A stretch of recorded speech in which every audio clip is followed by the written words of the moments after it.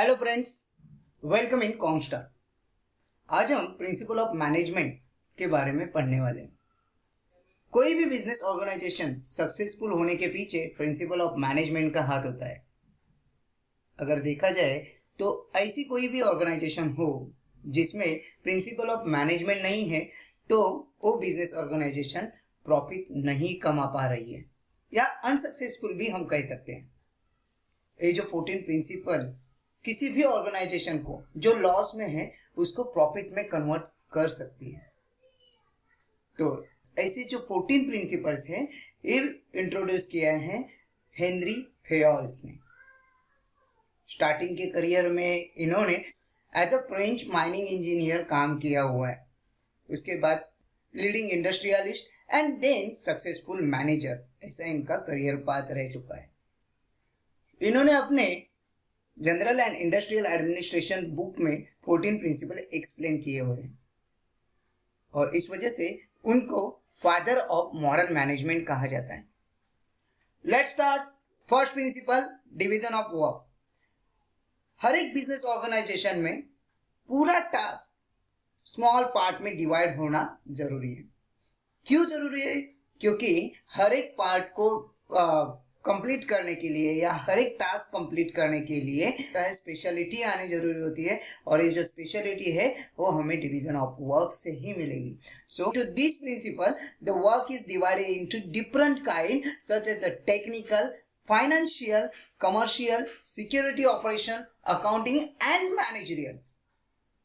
It is assigned to employ as per their quality and capability. हम किसी को भी नहीं दे सकते काम, जिसकी कैपेबिलिटी है उसके मुताबिक हम उसको काम देना चाहिए।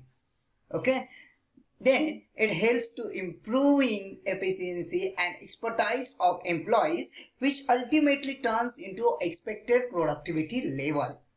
इसका मतलब है जैसे हम स्पेशलिटी लाते हैं या हम काम को डिवाइड करते हैं तो हर एक बंदा अपने एक्सपर्ट्स वहां पे लगा देता है, अपनी स्पेशलिटी वहां पे लगा देता है और इससे हमारे बिजनेस को प्रॉफिट ही होने वाला है।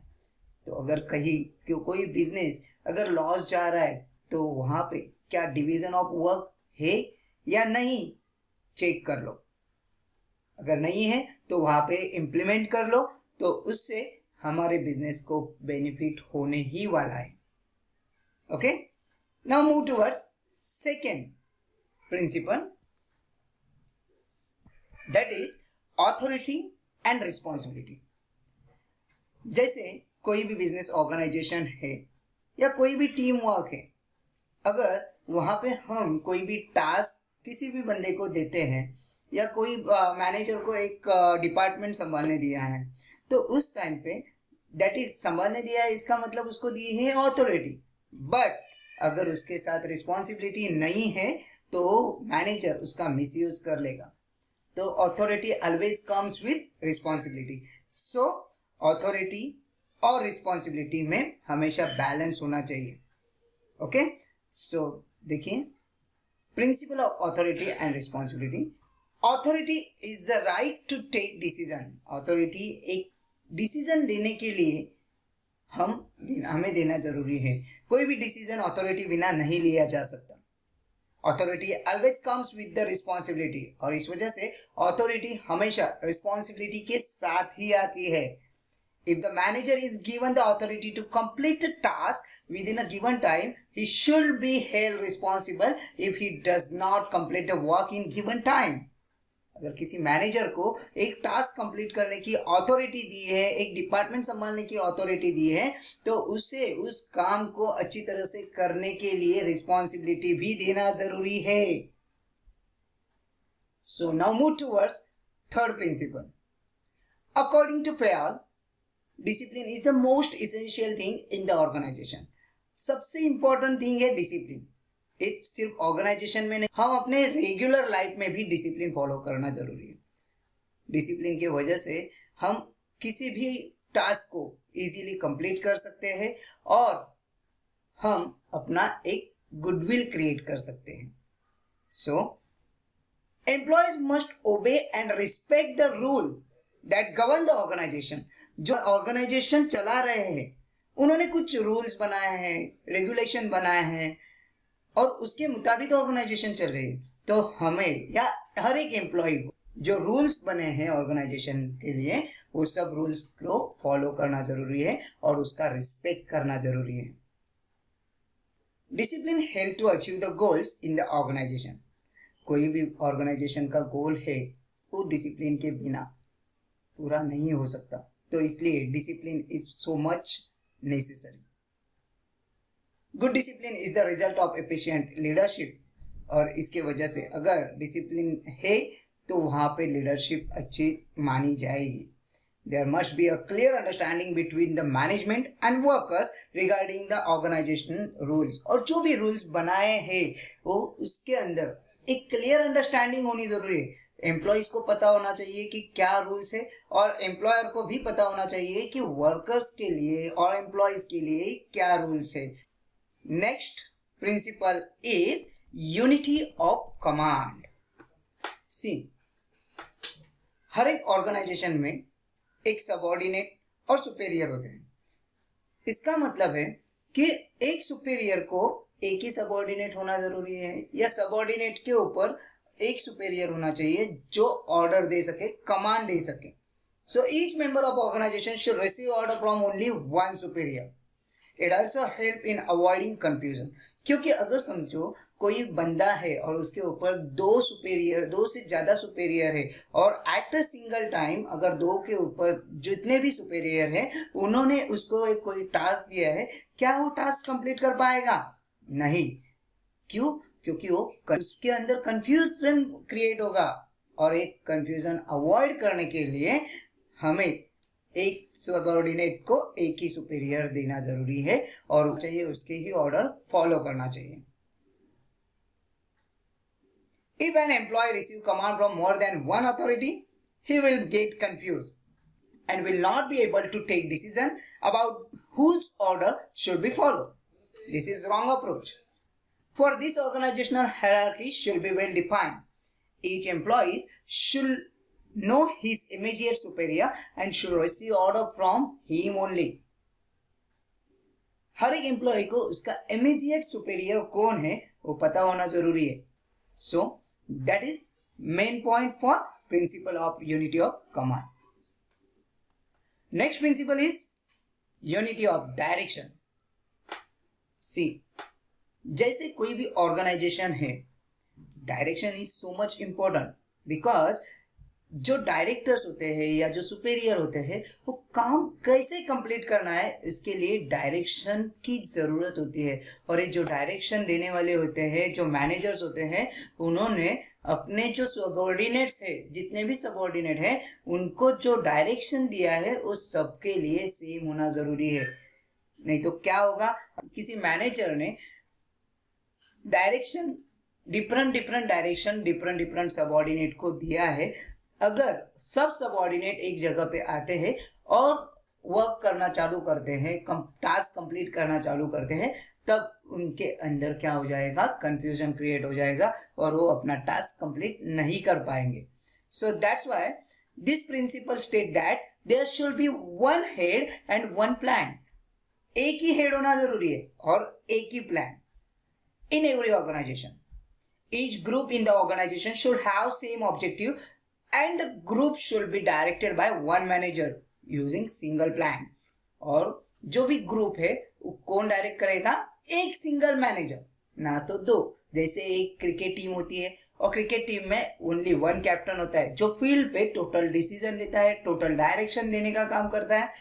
That's way only. Now move towards sixth principle, that is subordination of individual interest to organisational. अभी आपको मैं एक सवाल करता हूं, अगर एक क्रिकेट मैच है, आप उसके कैप्टन हो और कोई एक बंदा है, मतलब आपका भाई है, लेकिन भले वो आपसे बड़ा है, ओके, लेकिन वो अच्छी तरह से नहीं खेल पा रहा है, तो क्या आप उसे चेंज करने का डिसीजन लोगे या अपना भाई है इस वजह से रहने दो ऐसे सोच के अपने टीम को बर्बाद करोगे? यस, हर एक मैनेजर को ऐसे ही सोचना है, subordination of individual interest to organisational interest. कभी भी इंडिविजुअल इंटरेस्ट के बारे में नहीं सोचना है, सोचना है तो सिर्फ ऑर्गेनाइजेशनल इंटरेस्ट के बारे में। क्योंकि आज अगर हमने ऑर्गेनाइजेशन के बारे में नहीं सोचा तो आगे जाके हमें लॉस होने वाला है, हम क्रिकेट मैच हारने वाले हैं। तो जीतने के लिए हम कभी भी इंडिविजुअल इंटरेस्ट कंसीडर नहीं करेंगे। So according to this principle, the interest of an individual must be given less importance than the interest of organisation. While taking decision in the organization, the manager should always consider the interest of the whole group rather than the interest of single employee. Similarly, the employee should protect the interest of organization first. और हर एक employ ने भी अपने organisation के बारे में ही सोचना चाहिए, and his personal interest should be subordinated. मतलब उसका खुद का जो इंटरेस्ट है वो बाद में सोचना चाहिए। क्योंकि आज अगर ऑर्गेनाइजेशन आगे बढ़ रही है तो हमें भी आगे बढ़ने का मौका मिलेगा, लेकिन आज ही ऑर्गेनाइजेशन के बारे में हम बुरा सोचेंगे और काम नहीं बराबर से करेंगे, मेरा खुद का इंटरेस्ट में सोचने लगूंगा तो मेरी ऑर्गेनाइजेशन तो बंद होने वाली, तो आगे जाके मुझे ही नुकसान होने वाला है। So that is important points for this principle. You can write or you can write this point in exams. You will get full marks. Okay. Next principle is centralization. Centralization. कुछ ऐसे पॉइंट्स होते हैं, कुछ ऐसे decisions होते हैं जो centralise होते हैं और कुछ ऐसे डिसीजन होते हैं जो डिसेंट्रलाइज होते हैं।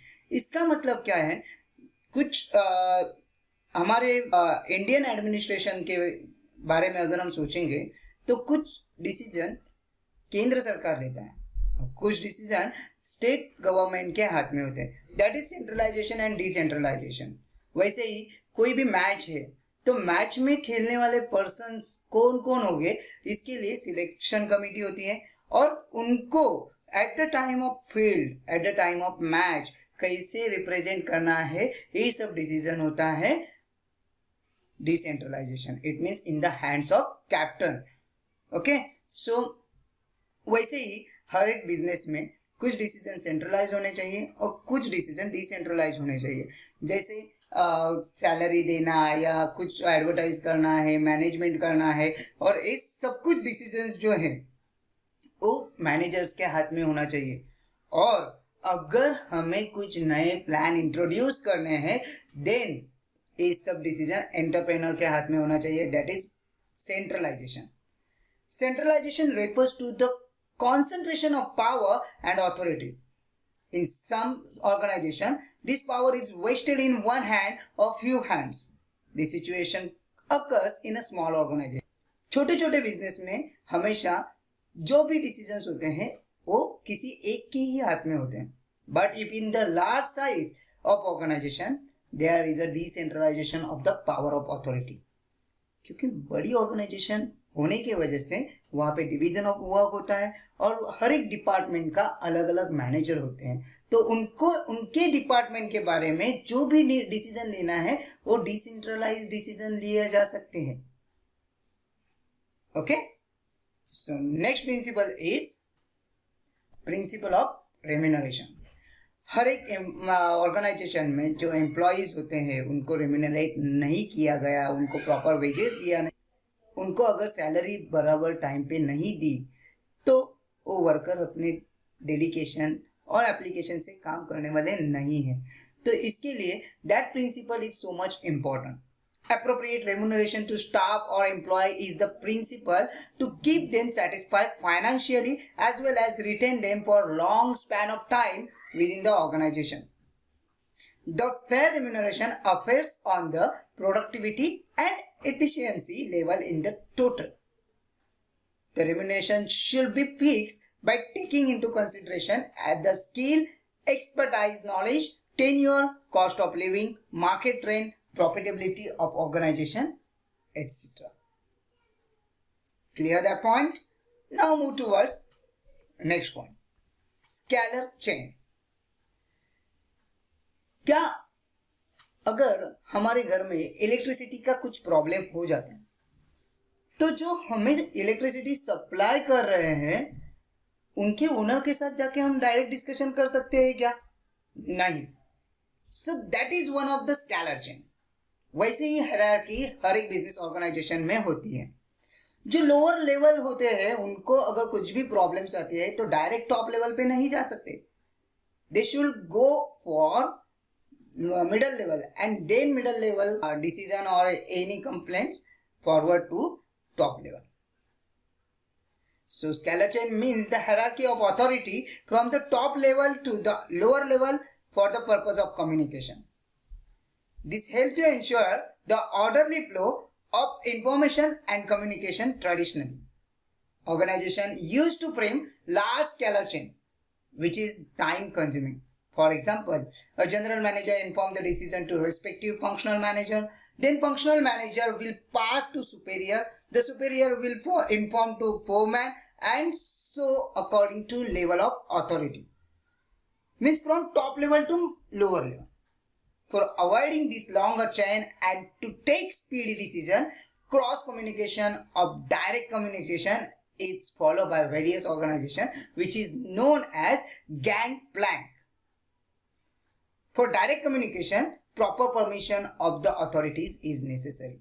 अगर हमें एक गैंग प्लान करना है क्योंकि हमें लॉन्ग टाइम कंज्यूम नहीं करना है तो गैंग प्लान करना पड़ेगा. हम डायरेक्ट क्या कर सकते हैं, कम्युनिकेट कर सकते हैं, लेकिन उसके लिए परमिशन होना जरूरी है.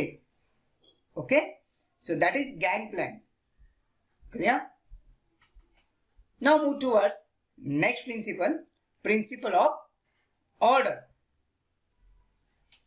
जैसे कि हर एक चीज को ऑर्गेनाइजेशन में एक प्लेस होता है और वो प्लेस, उसी प्लेस पे वो चीज होना जरूरी है ताकि हम नेक्स्ट टाइम जब भी कभी हमें उसका यूज लगेगा, जरूरत लगेगी, तब हमें इजीली वो अवेलेबल होगा. सेम एज पर्सन्स को भी एक प्लेस होता है और उस प्लेस पे वो पर्सन होना जरूरी है. अगर वैसा नहीं होगा तो हमारा कम्युनिकेशन प्रोसेस टूट जाएगा. हम प्रॉपर वे से कम्युनिकेट नहीं कर पाएंगे, ना तो कोऑर्डिनेट कर पाएंगे, तो ऑर्गेनाइजेशन में टारगेट अचीव नहीं कर पाएंगे. So this principle is based on a place for everything and everything is in its place. Human resources and materials should be in the right place at the right time for maximum efficiency. हर जगह पे जैसे चीजें होती है उनके ही place पे वैसे ही persons भी वहां पे होना जरूरी है for maximum efficiency. Human resources should be placed at a right place and on right job. The principle focuses on the principle utilisation of physical and human resources. ये जो प्रिंसिपल है ज्यादा से ज्यादा कहाँ पे फोकस कर रहा है? Proper utilisation of human resources as well as other physical resources. So please put all your equipments at their place. Now move towards next principle, that is equity. Management should be fair as well as friendly to the subordinates. हर एक subordinates के साथ fair होना जरूरी. Unfair treatment को हमारे organisation में जगह ही नहीं होना चाहिए. कैसे? While dividing the work, delegating the authorities, deciding the monetary terms, etc. जो भी काम देना है सबको सेम दे दो. कुछ भी पेमेंट देना है अकॉर्डिंग उनके परफॉर्मेंस दे दो. इंसेंटिव, अगर कोई हार्ड वर्क कर रहा है तो हार्ड वर्क के लिए जो इंसेंटिव है उसे मिलना चाहिए. There should not be any discrimination between the employees. It is also suggested that the remuneration should not depend on the department but at the level. remuneration department पे नहीं होना चाहिए, तो हर एक लेवल पे होना चाहिए. जैसे lower level, top level and above top level. That is equity. This equity help in avoiding conflicts in the organisation. और इस वजह से ऑर्गेनाइजेशन में जितने भी कॉन्फ्लिक्ट्स होने वाले हैं वो कॉन्फ्लिक्ट्स नहीं हो पाएंगे. Now move towards next principle, that is stability of tenure. Stability of tenure मतलब जैसे हर एक एम्प्लॉय क्या चाहता है. अगर कोई भी एम्प्लॉय है तो सबसे पहले चाहेगा जॉब सिक्योरिटी. तो अगर जब हम रिक्रूट कर रहे हैं, उसे अपॉइंट कर रहे हैं, उस टाइम से ज़्यादा टाइम तक उसे टेम्पररी नहीं रखना है। तो उसे जल्दी से जल्दी परमानेंट कैसे कर पाएंगे, ये सोचना है। At the time of recruitment of employees, the management should assure them about stability of tenure or job security. हमें बताना चाहिए कि कितने सालों में या कितने महीने में और कितने परफॉर्मेंस के बाद आप परमानेंट होने वाले हो, आपका जॉब सिक्योर होने वाला है। It plays an important role in creating sense of belongings among the employees. और इस वजह से अगर कोई भी एम्प्लॉय को जल्दी से जल्दी परमानेंट हो सकता है तो उसमें अपनापन आ जाता है कंपनी के बारे में। तो यही चाहिए हर एक सक्सेसफुल बिजनेस ऑर्गेनाइजेशन के लिए। Insecurity in job always affects the efficiency of employees. अगर कोई किसी भी एम्प्लॉय को इनसिक्योरिटी है जॉब में, कभी भी उसका जॉब जा सकता है, तो उस टाइम वो इतने एफिशिएंटली काम नहीं कर पाएगा। वो सोचते रहेगा कि मुझे कहाँ जाना है, मुझे कहाँ और ज़्यादा पैसा कम मिल सकता है, क्या मैं पार्ट टाइम जॉब करूँ या मैं फुल टाइम अपने ऑर्गेनाइजेशन के साथ रहूँ। इसी सोच में वो डूबा रहेगा और अपना काम कभी कर नहीं पाएगा। सो हमेशा स्टेबिलिटी ऑफ टेन्योर होना जरूरी है। Next point, principle of initiative. हर एक ऑर्गेनाइजेशन में सबसे बॉटम लेवल पे होते हैं एम्प्लॉयज। इट मीन्स वो एक प्रॉपर एग्जीक्यूट कर रहे होते हैं। जो भी प्लान है, जो भी हमने पॉलिसी क्रिएट की है, एंटरप्रेन्योर ने पॉलिसी क्रिएट की है, मैनेजर ने कुछ प्लान बनाया है, उसे proper execute on ground level करता है एम्प्लॉयज। तो उन्हें ही पता होते हैं उसके एडवांटेज, उसके डिसएडवांटेज क्या है, वो कैसे एग्जीक्यूट किया जा रहा है, लोगों का रिस्पांस क्या है उसके रिगार्डिंग। तो वो सब हर एक एम्प्लॉय को पता होता है।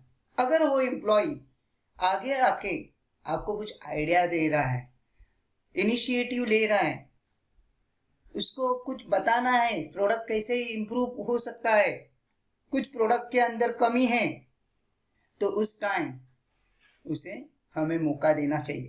That is principle of initiative. Initiative refers to volunteering to do the work and in an innovative way. The freedom to think and work on new ideas encourage employees to take initiative while working on given tasks. अगर कुछ नया नया innovation आ रहा है तो काम करने में भी मजा आता है। और ये इनोवेशन लाने वाले हैं top level, middle level, lower, कोई भी जिसके पास इनोवेशन है वो आगे आए, अपने आइडियाज बताएं और हम लोग इम्प्लीमेंट करेंगे। That is principle of initiative. This initiative should be welcomed by the manager, including thorough discussion on those new ideas. It also helps to creating healthy organizational culture. Now move towards last principle, that is principle of esprit de corps. Esprit de corps, it means teamwork. हर एक organisation को successful बनाने में सबसे पहला हाथ होता है team का। और उस टीम वर्क का, अगर टीम में ही कोऑर्डिनेशन नहीं है, अगर हमारे पास प्रॉपर टीम नहीं है, तो हम कोई भी टास्क कंप्लीट नहीं कर पाएंगे। तो उसके लिए Henry Fayol has given emphasis on team work. Spirit de corps means union is strength. Running any organization is a group activity, right? So जहां पे ग्रुप एक्टिविटी होती है वहां पे ह्यूमंस आर देयर।